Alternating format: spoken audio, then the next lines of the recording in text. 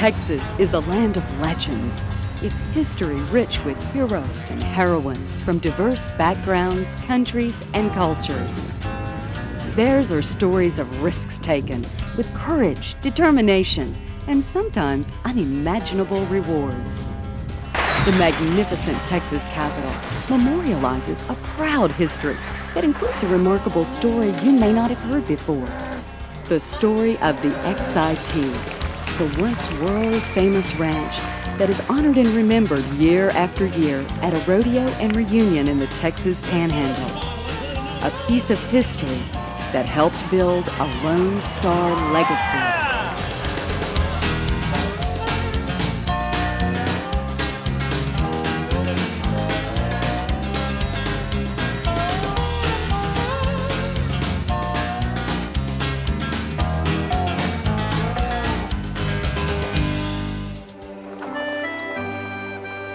Austin, 1875. The existing limestone capital was, according to observers with enough time and money to visit other state capitals, rather plain-looking or worse. One critic called it a roosting place for bats, and a legislator remarked it made him downright ashamed of Texas. Texas was still recovering from the Civil War and Reconstruction, and there was little money in the treasury. Still, the state had grand ambitions for replacing its old capital. Legislators, fearing a backlash over taxes, turned to the one asset the state owned in abundance. Texas had lots of land and very few people. It therefore had very little money. If you have few people, you can collect few taxes. So consequently, the only way that Texas could reward people who had provided service during the war, the only way that it could pay for some of its debts, and certainly the only way that it had to attract population was the land itself. The single biggest project is the Capitol, which involved 3,050,000 acres of land. The state valued the land at 50 cents an acre. 50,000 acres would be used to pay for the survey. 3 million acres would pay for the new Capitol. At 50 cents an acre, that came to $1.5 million for a new state house. The survey, which began in 1879, roughly defined the borders of the 3 million acres in the Texas Panhandle, an area about the size of Connecticut, that became known as the Capitol Lands. The state advertised its offer of land for a new capital and got only 2 bids, both backed by the same group of people. John V. and Charles B. Farwell of Chicago, who were wealthy brothers who owned the largest wholesale mercantile store in Chicago, apparently orchestrated the bids using 2 different contractors. Not surprisingly, the Farwells were awarded the construction contract in 1882.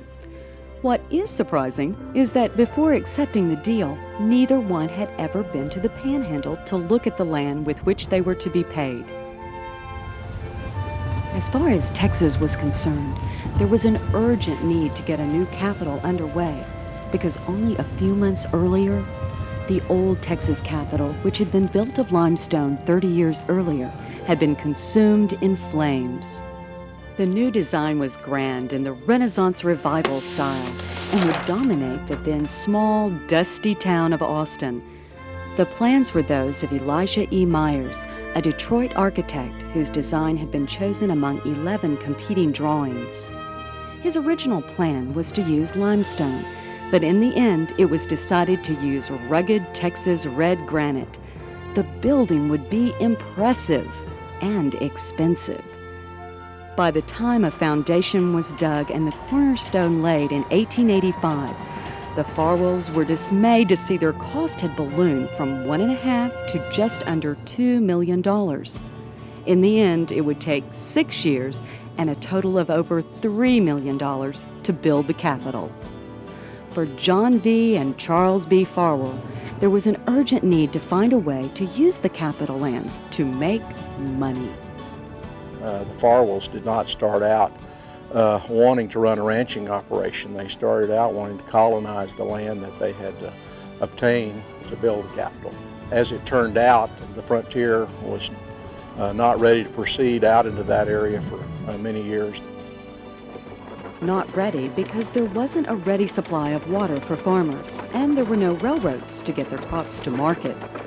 John V. Farwell described the land in his memoirs as the home of wolves, antelope, buffaloes, and cattle thieves at that time, and the Indians had gone only a few years before. Despite the sheer wildness of the land and the fact that at the time the U.S. beef market was in a decline, John V. Farwell made a bold decision. He would fence those 3 million acres and raise cattle. And one thing made that possible. The XIT ranch has to fence in about 3 million acres of land. And without barbed wire, they wouldn't have been able to fence 1% of that. There was 6,000 miles of barbed wire put up for fencing, which was enough to stretch all the way across the United States from New York to Los Angeles and back again, with lots of wire left over. It took over 2 years to fence the ranch, and when it was done, barbed wire had been strung across 100,000 wood posts that had to be hauled in because trees are hard to find on the high plains. Once you can fence, you can improve your livestock because you can control the breeding of the cattle. And more importantly, you can keep your neighbors out of your water. So economically, it makes for a revolution in the area. They did everything on a much grander scale than the other ranches of that period. There were more than 300 windmills, which had to be taken care of by crews of windmillers who did nothing except repair and grease the windmills. They ran 150,000 head of cattle, which was more than any ranch had ever run in the United States previously. They had well over 100 cowboys working on the ranch most of the time. John V. Farwell insisted the ranch be run like a business, but unlike his other enterprises, the XIT lost money right from the start. For help, he turned to investors overseas. He went to England to find people willing to risk their money to buy shares in his cattle-raising enterprise.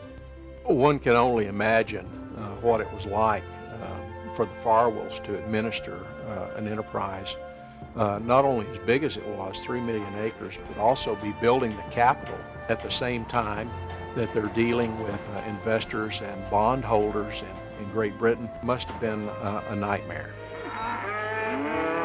While Farwell was selling stock to the British, stock of another kind was arriving at Buffalo Springs in the northernmost section of the ranch. Long lines of cattle from South and West Texas were slowly making their way to ranch headquarters there. The first to pull in was a herd of longhorns driven by trail boss Abner Pickens Blocker, who, it is said, came up with the XIT brand by drawing it in the dirt with his boot. The letters XIT had no particular meaning, but the brand was easy to apply with a simple 5-inch iron and difficult for cattle thieves to alter. XIT would become the name of the spread that epitomized Texas ranching. As the herds would be delivered to the ranch from South Texas, the XIT would actually buy lock, stock, and barrel the entire trail drive. They would hire the hands that were willing to stay. They would take the chuck wagons because they knew they would need them for the roundups, and they would buy everything. We worked every day. We worked all day, stand 2 hours guard of a night, be ready to go to work the next day. There ain't no quit. We got $30 a month. We was making money. Fed you good. You had plenty to eat. Had a cook and a wagon boat. You can talk about your farms and your Chinaman charms. You talk about your silver and your gold. But the cowboy's life is a very dear life. It's riding through the heat and the cold. Cowboy life was not a very glamorous kind of existence. It was a very hard life. It was a nomadic kind of existence. Most of the cowboys were young men, unmarried men. Many of them from the East, many of them even from Great Britain. Young men who wanted to get away from home, maybe men who had a reason to get away from home. Maybe they'd gotten into trouble of some kind. There were also black cowboys. They excelled as horse breakers. There were several black cooks around the chuck wagons. There was a particularly famous black cowboy known as Fiddlin' Jim. He was as good a horse breaker as he was a fiddler, as he was a cook. The XIT and Texas ranching, for that matter, also share a strong Hispanic influence. The saddle that we consider the Western saddle today is an evolution of the Mexican working saddles of the 17th and the 18th century.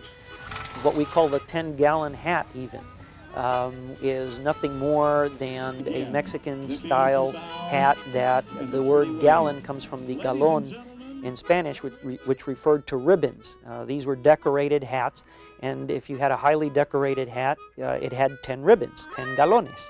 So there's your 10-gallon hat. Protective leg coverings, known as chaps, derive from the Spanish chapequeros. Even the word ranch comes from the Mexican rancho. The word Mustang from Mustaño, which is wild stock, and vaqueros gives us the English buckaroo. At all times on the XIT, the buckaroos had to be alert for prairie fires, the #1 enemy of grass and cattle. When smoke was sighted, the people on the ranch were obligated to ride to the scene of the smoke as quickly as they could and become involved in suppressing the fire. Firefighting duty was one of the rules of the ranch. There were a list of others with which the cowboys had to comply, or else. Now, on the XIT ranch, they couldn't carry pistols, and they couldn't have liquor, and they couldn't gamble, and if they were caught doing any of those things, they were fired. This fit very nicely into John Farwell's personal code, which he was a very religiously oriented person, and to him, this was the way one lived life. Some of the cowboys rebelled at this enforced sort of kinds of code of behavior. There wasn't much law and order in the Texas Panhandle prior to the establishment of the XIT ranch. And the Farwells in particular took a great interest in establishing law and order. During the XIT years, county governments and towns were established and courthouses built from one end of the ranch to the other, or at least nearby. And all along, John V. Farwell persisted in his dream that the land would eventually be populated by farmers and settlers and become a leading agricultural area. Corn, oats, millet, sorghum, and cotton were planted on test plots on the XIT, and to Farwell's delight, all did well. And they took their produce to the State Fair in Dallas and demonstrated that you could grow all of these things on this land, and that really encouraged colonization. And in that sense, they were real leaders. The Farwell brothers themselves never really realized a great deal of profit out of the ranch. They began selling off large pieces of the ranch in 1901. The Farwells began selling off the capital lands, first in large sections to ranchers and then in smaller chunks to farmers and settlers. Prices reached as high as $6 an acre, a healthy profit, but one mainly enjoyed by the Farwells' children and grandchildren. Charles B. died in 1903, John V. Farwell in 1908. By 1909, the British bondholders were finally paid off. The last of the XIT cattle were sold 3 years later, and by 1915, the XIT ranch was gone. No longer a reality, but forever the stuff of legends.